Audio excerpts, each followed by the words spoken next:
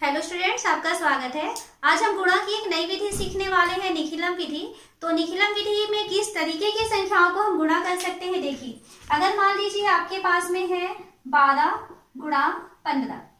पहले हम एग्जांपल लेते हैं और फिर देखेंगे कि किस टाइप की संख्याएं हैं ये।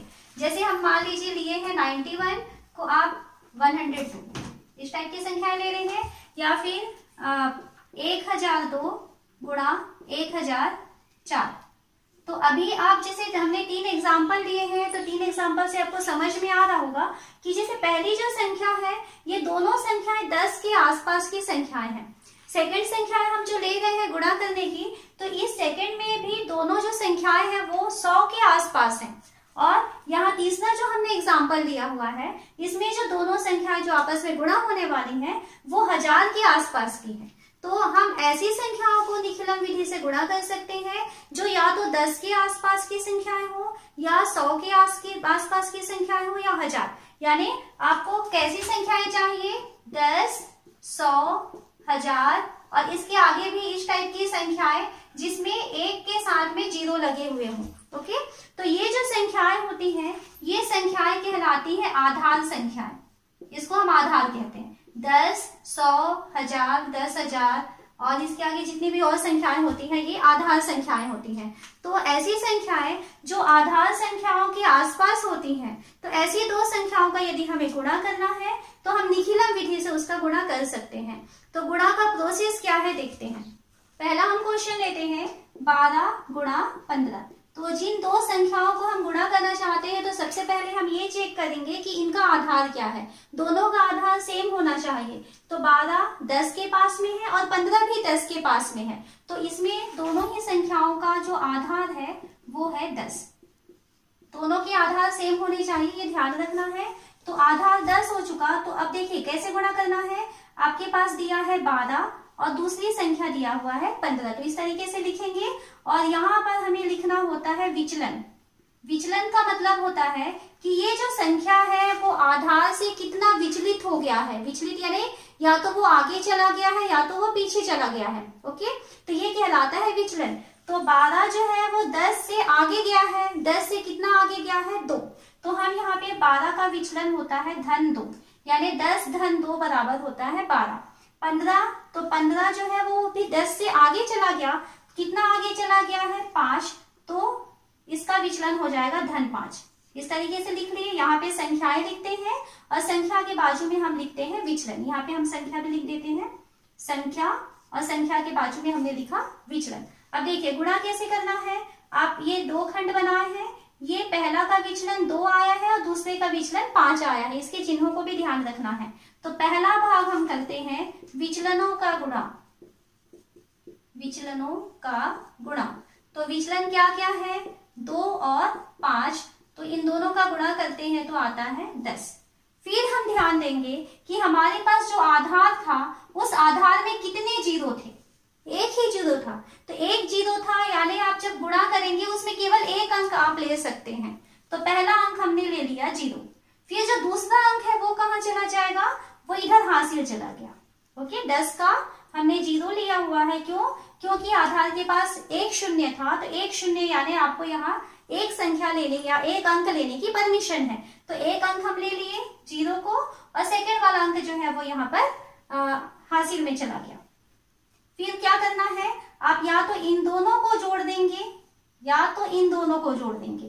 किसी एक पेयर को आपको जोड़ना है, ऐसे तिरछा जोड़ना है। तो 12 या 5 को जोड़े तो 12 5 कितना होता है? 17। या आप इन दोनों को भी जोड़ सकते हैं, 15 धन 2। तो 15 धन 2 कितना होता है? 17। तो यहाँ पर हम लिखेंगे 17। तो आपके पास फाइनली आंसर कितना मिल गया है? 17 और 1 18 और यहाँ पर मिला 0। तो क्या मिला आंसर हमको? 12 गुणा 15 बराबर 180। और इसके क्वेश्चन सॉल्व करते हैं हम संख्याएं लेते हैं 102 गुणा 103। ये दो संख्याएं हैं जिसको कि हम निखिलम विधि से सॉल्व करना चाहते हैं। तो सबसे पहले क्या लिखना है? संख्या, और यहाँ हम लिखेंगे विचलन। इस तरीके से लिखेंगे। संख्या क्या है? 102। सबसे पहले हम ये देखें कि इसका आधार क्या है। तो ये दोनों ही संख्याएं क्योंकि 100 के आसपास की संख्याएं हैं, तो इसका आधार कितना है? 100। ओके, अब ये 100 से पहली संख्या जो 102 है वो कितना विचलित हो गया, यानी कितना आगे चला गया है या पीछे आया है? तो ये आगे गया है कितना, 2, तो हम यहाँ पर लिखेंगे -2, क्योंकि 100 में 2 जोड़ने से 102 आता है। फिर दूसरी संख्या उतारेंगे 103, तो ये 100 से 3 ज्यादा है, तो यहाँ पर इसका विचलन हो गया 3। स्टेप से ध्यान देंगे क्या करना है। अब हम इसके 2 खंड बनाते हैं। पहले खंड में हम लिखेंगे विचलनों का गुणा। पहले खंड में हमको लिखना होता है विचलनों का गुणा। तो विचलन क्या क्या है आपके पास, 2 और 3 का गुणा करेंगे, कितना मिलेगा, 6। अब हम आधार के पास चलते हैं। आधार में कितने जीरो हैं, 2 जीरो है। इसका मतलब है कि विचलनों को गुणा करने के से हमारे पास में 2 अंक आना चाहिए था, लेकिन हमको कितना अंक मिल रहा है, 1 ही अंक मिला है। तो हम इसको 6 ना लिख करके लिखेंगे 06। ओके, तो यहाँ पर हम लिख लिए 06। ओके, अब फिर उसके बाद में आप इन दोनों पेयर को जोड़ देंगे, 102 धन 3, तो 102 धन 3 हो जाता है 105। तो ये आपके पास आंसर मिला है 102 गुणा 103 बराबर 10,506। ये निखिलम विधि से इस तरीके से हम सॉल्व कर सकते हैं। अगला क्वेश्चन लेते हैं, 98 गुणा 105। ये क्वेश्चन दिया है, तो यहाँ हम क्या देख रहे हैं कि 98 जो है वो भी 100 के पास में है और 105 जो है वो भी 100 के पास में है। तो यहाँ पर इन दोनों संख्याओं का जो आधार है वो हो गया 100। ओके, अब हम यहाँ एक तरफ लिखेंगे संख्या और दूसरी तरफ हम लिखेंगे यहाँ पर विचलन। पहली संख्या क्या है, 98। तो हम ये देखते हैं कि 98 100 से कितना विचलन हुआ है उसका, यानी उससे कितना कम है या कितना ज्यादा है। तो यहाँ 98 100 से 2 कम हो रहा है, यानी हम यहाँ पर लिखेंगे ऋण 2। चिन्हों का ध्यान रखना है, यदि कम होता है तो ऋण का निशान लगाएंगे और यदि वो ज्यादा होता है तो यहाँ पर धन का निशान लगाएंगे। सेकंड संख्या लेते हैं 105। तो 105 100 से 5 ज्यादा है, इसलिए इसका विचलन हो जाएगा धन 5। ये हमारे पास ये तैयार हो चुका। अब पहला भाग, इसमें हमें क्या करना होता है, विचलनों का गुणा। तो फर्स्ट पार्ट हम करते हैं विचलनों का गुणा। तो विचलन, पहला विचलन है ऋण 2 का गुणा करेंगे 5 के साथ, तो 5 दूनी 10, ये हमको मिला और साथ में ऋण का निशान मिला। ओके, तो ऋण चिन्ह के साथ हमको क्या मिल रहा है, 10। अब हम देखते हैं कि हमारे पास जो आधार संख्या है उसमें कितने जीरो हैं। तो आधार संख्या में 2 जीरो है, यानी यहाँ पे हमको 2 अंकों की संख्या मिलनी चाहिए थी। तो 2 अंकों की संख्या मिल चुकी है। तो देखिए ऋण का निशान आया है यहाँ पर, तो आपको सामने में माइनस नहीं देना है, यहाँ ऊपर इस तरीके से बाद लगाएंगे हम लोग, इसको बाद बोला जाता है। फिर अगला स्टेप क्या करना है कि आप या तो इन दोनों संख्याओं को जोड़ दो या तो इन दोनों संख्याओं को जोड़ दो, है ना। इन दोनों में से कोई एक काम करते हैं। तो हम 98 में 5 को जोड़ेंगे तो हमको कितना मिल जाएगा, 103। अब हम फाइनल आंसर लिखने वाले हैं। तो आंसर देखिए कैसे लिखना है, 103 ये तो लिखे, क्योंकि इसके ऊपर में बाद लगा हुआ था। तो आप क्या करेंगे, जितने अंकों के ऊपर बाद लगा है उतने बार आपको यहाँ पर 0 लिखना है। ओके, और जो 10 है उसको वहां से घटा देना है। इस तरीके से हमको आंसर देना है। अब देखिए 0 में 0 माइनस हो गया, 0 आ गया, यहाँ से 10 में 1 गया 9, ये 2 हो गया और ये 10। तो क्या मिला हमें, 98 गुणा 105 का मान मिला है 10,290। इस टाइप के कुछ और क्वेश्चन करते हैं। अगला सवाल लेते हैं हम, 1002 का गुणा करेंगे हम 998 के साथ। ये इसमें भी एक प्लस में आएगा और एक माइनस में आएगा, तो इस टाइप का हम क्वेश्चन ले रहे हैं। अब यहाँ पे देखिए इस दोनों संख्याओं में आधार क्या है, ये भी 1000 के पास में है और ये भी 1000 के पास में है। तो हम क्या मिला हमको, इन दोनों ही संख्याओं का आधार 1000 मिला। ओके, अब हम एक तरफ लिखेंगे संख्या और दूसरी तरफ हम लिखेंगे विचलन। पहली संख्या क्या है, पहली संख्या है 1002। 1002 इस 1000 से 2 ज्यादा है, इसलिए इसका विचलन हो गया +2।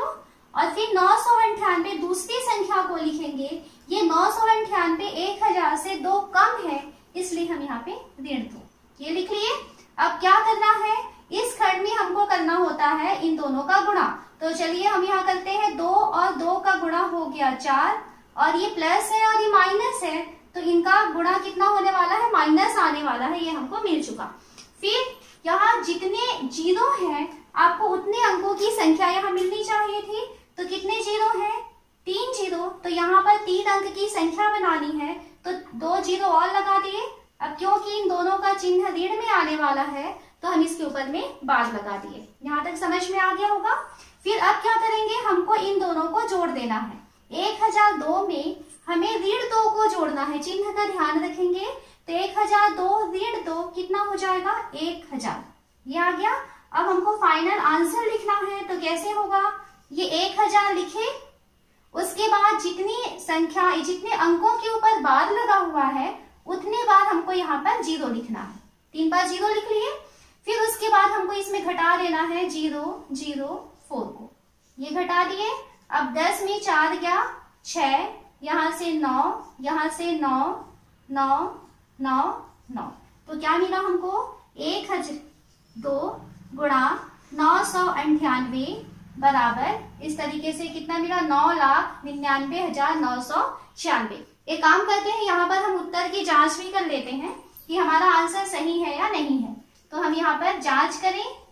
तो जांच के लिए आपको नियम पता है कि हम बीजांक की सहायता से कैसे जांच करते हैं। उसमें क्या किया जाता है, पहली संख्या का बीजांक और दूसरी संख्या का बीजांक जो आपस में गुणा हो रहे हैं उनका बीजांकों का गुणा करेंगे।